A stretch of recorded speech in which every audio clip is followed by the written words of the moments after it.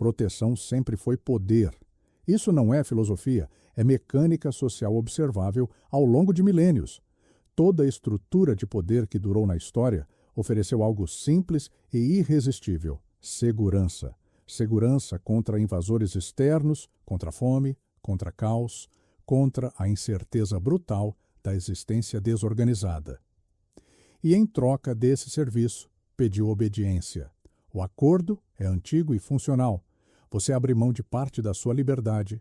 Eu garanto que você estará protegido dentro de limites que eu defino. Roma fez isso com suas legiões e seu direito. A Igreja fez isso com sua promessa de salvação e sua ameaça de danação. Estados modernos fazem isso com leis, polícia e a ilusão do contrato social. E agora, instituições contemporâneas fazem isso de uma forma que você nem percebe que está acontecendo, porque a linguagem mudou completamente. Não se fala mais em proteção física ou espiritual. Não se fala em defesa contra bárbaros ou demônios. Fala-se em bem-estar psicológico, em ambientes seguros, em saúde mental coletiva. E isso soa tão humano, tão necessário, tão progressista, que questionar parece crueldade deliberada, mas a estrutura é exatamente a mesma de sempre. Alguém define o que é seguro. Alguém estabelece as regras do que pode e do que não pode ser dito, pensado, expressado. E quem define isso, governa. Não com exércitos marchando nas ruas, não com leis escritas em pedra, mas com o vocabulário do cuidado, com a linguagem da empatia, com a autoridade moral de quem promete te proteger de algo invisível e subjetivo chamado dano psicológico. Safe Space não é uma invenção do século XXI. É uma reformulação de algo muito mais antigo. Durante séculos, a Igreja Católica ofereceu exatamente isso, um espaço onde você estaria protegido do pecado, da heresia, do pensamento perigoso que poderia contaminar sua alma e te afastar da graça divina. Você entrava naquele ambiente, seja uma paróquia, um mosteiro, uma comunidade de fiéis, e sabia que certas ideias não seriam toleradas, não porque alguém ia te prender fisicamente, mas porque o grupo inteiro estava ali para te lembrar do que era aceitável, do que era ortodoxo, do que mantinha você dentro da comunidade dos salvos. Havia uma lista clara de heresias, havia limites definidos, e quem os ultrapassasse seria expulso, isolado, marcado como perigoso para os outros. A excomunhão não era apenas uma punição espiritual, era morte social. Hoje, universidades, corporações globais e plataformas digitais fazem exatamente isso, apenas com outro vocabulário. Elas criam ambientes onde certas ideias são classificadas como violentas, certas palavras são definidas como trauma, certas discordâncias são rotuladas como criação de insegurança. E o grupo reage de forma previsível, não com fogueiras na praça pública, mas com exclusão social meticulosa, com destruição calculada de reputação, com silêncio institucionalizado, que some com carreiras e oportunidades. A linguagem mudou radicalmente, mas o mecanismo permanece intacto em sua essência. Proteção emocional é apenas a versão secularizada e modernizada de proteção moral religiosa. E assim como proteção moral definia o que era virtude e vício, proteção emocional define o que é pensamento permitido e pensamento proibido. Quem controla o vocabulário do trauma controla o vocabulário da verdade, e isso não é compaixão genuína. É administração ideológica disfarçada de sensibilidade. Segurança não é neutra, nunca foi, nunca será. Quando alguém diz, este espaço precisa ser seguro, a pergunta correta que ninguém faz é, seguro para quem exatamente? Seguro contra o que especificamente? Porque definir o que é perigoso é definir o que é permitido existir. Se você diz que uma ideia causa dano psicológico, você não está apenas cuidando de alguém vulnerável.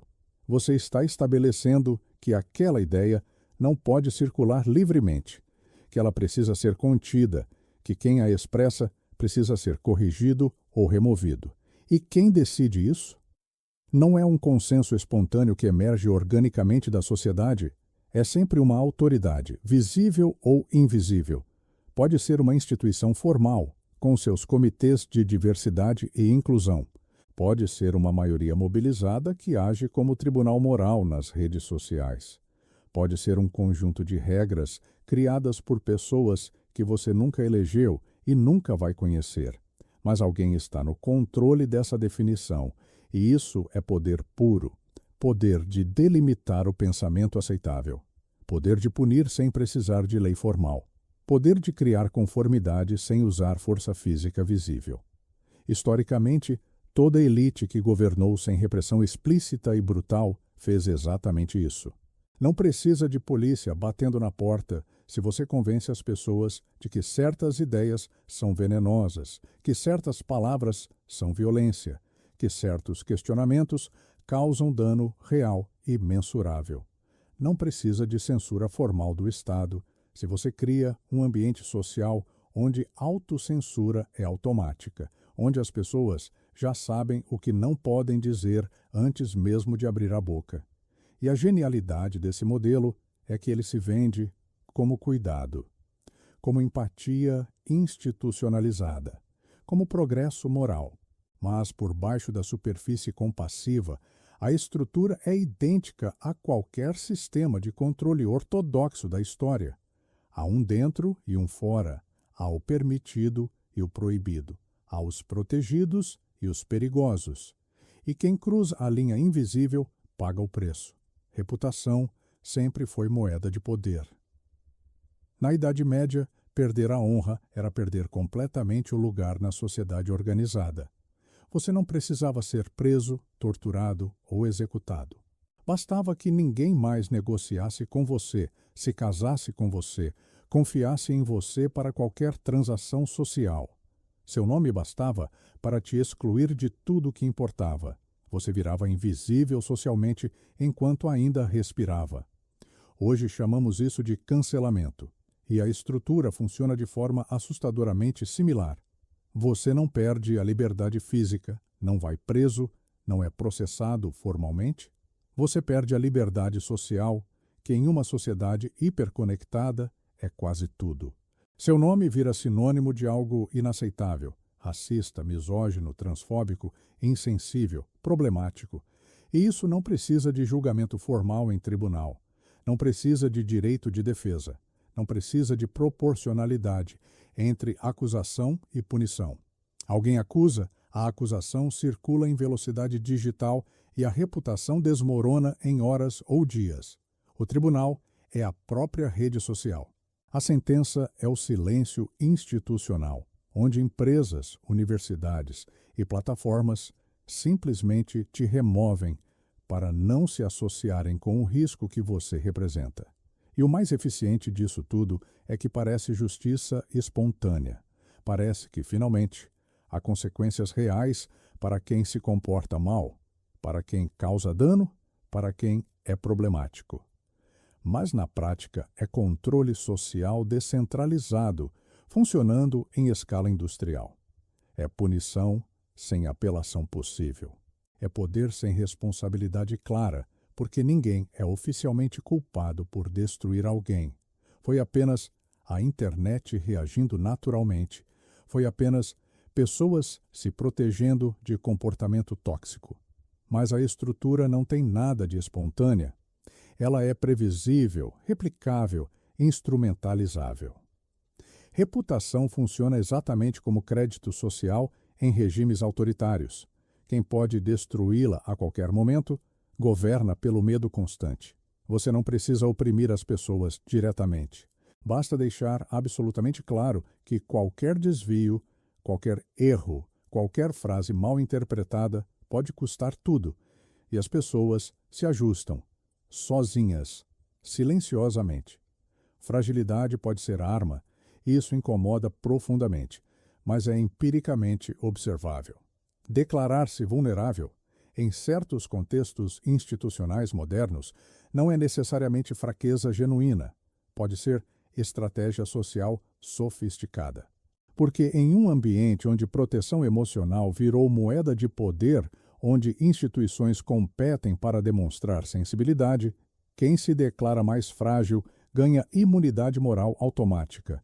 Suas palavras não podem ser questionadas com a mesma força, porque questionar alguém que se declarou vulnerável é imediatamente causar dano adicional.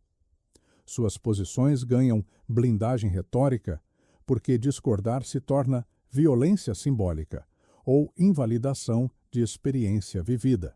E isso cria uma hierarquia social invertida e estranha, onde vulnerabilidade performada se transforma em capital social real. Não estou dizendo que vulnerabilidade genuína não existe. Ela existe e sempre existiu. Não estou dizendo que sofrimento real não merece cuidado. Merece. Estou dizendo que existe um incentivo estrutural claro para performar fragilidade além do que você realmente sente, e que esse incentivo perverso é criado pelo próprio sistema de proteção institucionalizada. Quando você oficializa o cuidado emocional, quando você transforma a sensibilidade em política institucional, você cria inevitavelmente um jogo com regras. E em qualquer jogo com regras claras, há quem aprenda a jogar melhor que os outros. Há quem entenda rapidamente que declarar-se ferido é declarar-se temporariamente intocável. E isso não é teoria conspiratória sobre manipuladores maquiavélicos. É apenas comportamento humano, respondendo a incentivos visíveis. Pessoas respondem a incentivos. Isso é sociologia básica. Se fragilidade te dá atenção institucional, validação social, poder de veto sobre discursos incômodos, por que não usá-la estrategicamente? O problema não é o indivíduo que aprende a jogar. O problema é o sistema que transforma dor em moeda corrente e cuidado em mecanismo de controle. Porque quando isso acontece em escala, a autenticidade emocional vira performance calculada. E ninguém mais consegue distinguir com clareza sofrimento real de manipulação estrutural bem executada. Bem-estar psicológico institucionalizado não é liberdade emocional, é gestão comportamental. Quando uma universidade de elite, uma corporação multinacional, uma plataforma digital com bilhões de usuários diz que está cuidando da saúde mental dos seus membros, ela não está apenas oferecendo suporte psicológico neutro. Ela está, necessariamente, definindo o que é saúde mental. E, portanto, por exclusão lógica, o que é desvio patológico. Se você precisa de validação institucional constante para se sentir emocionalmente estável, você não está psicologicamente saudável, está estruturalmente dependente. Se você não consegue lidar com discordância intelectual sem supervisão e mediação institucional, você não está protegido de verdade, está domesticado como animal que não sobrevive fora do cercado. E isso não é acidente histórico. Não é efeito colateral não intencional de boas intenções. Toda estrutura de poder que funciona sem violência explícita e visível funciona criando dependência emocional e psicológica. Você não precisa prender fisicamente ninguém se as pessoas não conseguem funcionar psicologicamente sem aprovação externa constante. Você não precisa censurar formalmente se as pessoas já censuram a si mesmas por medo de não estar bem, de causar dano, de precisar processar o trauma de uma simples discordância. O modelo é brilhante em sua eficiência. Ele vende cuidado compassivo, mas entrega conformidade comportamental. Ele promete apoio emocional, mas constrói sistematicamente fragilidade psicológica. Porque quanto mais você depende de validação institucional para seu equilíbrio emocional, mais vulnerável e controlável você se torna em relação a quem controla essa validação. E é exatamente isso que torna o modelo tão assustadoramente eficiente comparado a modelos repressivos antigos. Ele não se parece em nada com controle autoritário clássico. Ele se parece com compaixão organizada, com progresso moral, com evolução civilizacional. E quando alguém ousa questionar esse modelo, a resposta é sempre a mesma e sempre eficaz. Você está contra o bem-estar das pessoas? Você quer que elas sofram? Não. Estou contra transformar bem-estar emocional em regime de controle disfarçado de terapia coletiva. Coerção soft é estruturalmente mais eficiente que repressão dura e visível. Isso não é teoria política abstrata, é dado histórico replicável. Quando você usa força explícita, prisões, tortura, execuções públicas, você cria mártires automaticamente. Cria resistência visível e organizada. Cria narrativa clara de opressão que pode ser comunicada, que pode gerar solidariedade, que pode eventualmente derrubar o sistema. Repressão explícita tem data de validade porque gera reação proporcional. Mas quando você usa linguagem de cuidado, quando você faz as pessoas acreditarem sinceramente que estão sendo protegidas e não controladas, a resistência desaparece completamente. Porque ninguém quer ser visto publicamente como cruel. Ninguém quer ser acusado de causar dano intencional a outros seres humanos. Então as pessoas se ajustam voluntariamente, mudam o vocabulário sozinhas, evitam certos temas automaticamente, medem cada palavra 3 vezes antes de falar. Isso não é imposto por lei escrita em Código Penal. É imposto por medo social difuso, por pressão invisível, mas real. Medo de ser mal interpretado, medo de ser exposto publicamente, medo de perder reputação que levou anos para construir. E o mais eficiente disso tudo, o que torna o modelo quase perfeito, é que as próprias pessoas se policiam mutuamente sem necessidade de autoridade central.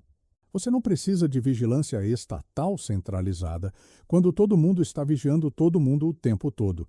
Você não precisa de censores oficiais pagos pelo governo quando a própria comunidade expulsa rapidamente quem transgride os limites do aceitável. E isso funciona em escala porque é completamente invisível como estrutura de poder. Não há um inimigo claro para resistir. Não há uma autoridade opressora para derrubar. Há apenas um ambiente social onde certas coisas não são mais aceitáveis, onde certas ideias causam dano, onde certas palavras são violência. E você aprende rapidamente a não dizer essas coisas, não porque alguém proibiu formalmente, mas porque o custo social é alto demais para arriscar.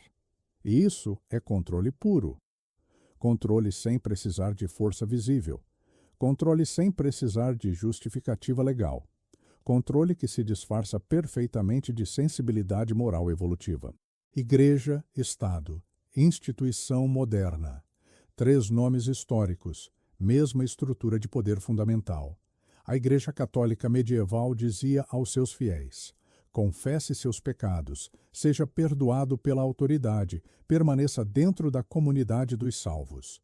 O Estado moderno diz aos seus cidadãos: obedeça às leis estabelecidas, evite punição legal, permaneça cidadão com direitos. A instituição moderna, universidade, corporação, plataforma, diz aos seus membros: respeite os limites emocionais definidos. Não cause dano psicológico, permaneça incluído na comunidade. O mecanismo é estruturalmente idêntico em todos os 3 casos. Há um dentro e um fora. Há comportamentos que te mantêm incluído e comportamentos que te expulsam. Há uma ortodoxia definida e há heresias puníveis. A diferença superficial é apenas o tipo de moeda que cada sistema usa para operar. A Igreja usava culpa espiritual e promessa de salvação eterna. O Estado usa punição legal e proteção física. A instituição moderna usa exclusão social e proteção emocional. Mas todos os 3 sistemas fazem exatamente a mesma coisa na prática. Definem ortodoxia, punem desvio, criam conformidade comportamental. E todos os 3 se vendem historicamente como absolutamente necessários para o bem coletivo. A Igreja dizia que protegia sua alma imortal da danação eterna. O Estado diz que protege sua segurança física do caos hobbesiano. A instituição moderna diz que protege seu bem-estar psicológico do trauma e da violência simbólica. E em todos os três casos, o que realmente está sendo protegido não é você. É o próprio sistema de poder. Porque controle ortodoxo só funciona em longo prazo se você acredita genuinamente que ele existe para o seu bem. Se você começa a questionar, você imediatamente vira o problema. Se você discorda publicamente, você imediatamente vira o perigo para os outros. E a linguagem evolui, o vocabulário se moderniza, mas a lógica de poder permanece absolutamente intacta. Progresso moral real não é escapar dessa estrutura. A humanidade nunca escapou. É apenas trocar de vocabulário, de justificativa, de estética, enquanto a hierarquia de controle continua operando perfeitamente. A genialidade do modelo contemporâneo é que ele parece completamente voluntário. Ninguém te obriga explicitamente a obedecer. Ninguém te prende por discordar publicamente. Você é tecnicamente livre para dizer o que realmente pensa. Você tem, em teoria, autonomia total. Mas o custo de exercer essa liberdade é absolutamente claro para qualquer pessoa que esteja prestando atenção. Se você diz algo que viola os limites do aceitável, você perde acesso institucional, perde reputação social, perde oportunidades profissionais, perde comunidade e rede de apoio. E isso não está escrito oficialmente em lugar nenhum. Não há manual que lista as punições, não há código que você pode consultar. Mas você sabe. Todo mundo sabe. A informação circula informalmente, através de exemplos públicos, através de carreiras destruídas, através de pessoas que simplesmente desaparecem do espaço público depois de um erro. Então você escolhe conscientemente se adaptar. Você escolhe medir suas palavras com cuidado extremo. Você escolhe não arriscar sua posição. Isso é apresentado socialmente como autonomia individual, como liberdade de escolha adulta. Mas escolha sob coerção invisível não é liberdade real. É apenas coerção sofisticada o suficiente para não parecer coerção. Porque a ilusão da escolha é precisamente o que mantém o sistema estável em longo prazo. Se fosse imposição direta e explícita, haveria revolta organizada, haveria resistência visível, haveria mártires e movimentos. Mas como você tecnicamente escolhe obedecer, como ninguém te força diretamente, a responsabilidade pelo seu silêncio recai inteiramente sobre você. Você não foi censurado por autoridade externa. Você apenas decidiu prudentemente não falar. Você não foi excluído injustamente. Você apenas não se encaixou nos padrões da comunidade. Isso protege o sistema completamente de crítica organizada, porque ele nunca usa força detectável. Ele apenas cria incentivos perfeitamente calibrados. E incentivos bem calibrados, invisíveis, mas poderosos, são infinitamente mais eficientes que qualquer lei repressiva explícita. Você não precisa proibir nada formalmente. Basta tornar o custo social e profissional do desvio absolutamente insuportável, e as pessoas se ajustam sozinhas. Sem resistência organizada, sem consciência clara de que estão sendo governadas por estrutura de poder. Proteção é hierarquia.